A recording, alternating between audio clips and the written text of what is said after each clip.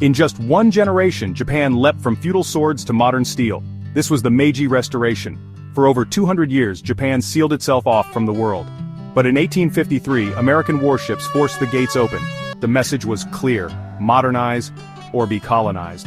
In 1868, the emperor was restored to power, ending centuries of samurai rule. Japan rushed to reinvent itself, importing trains, telegraphs, and textbooks. The feudal world vanished, samurai were outlawed, a national army formed. In just a few decades, Japan became an industrial power, rivaling the West and soon ready to challenge it. Few nations changed so fast, or so completely, as Japan did then.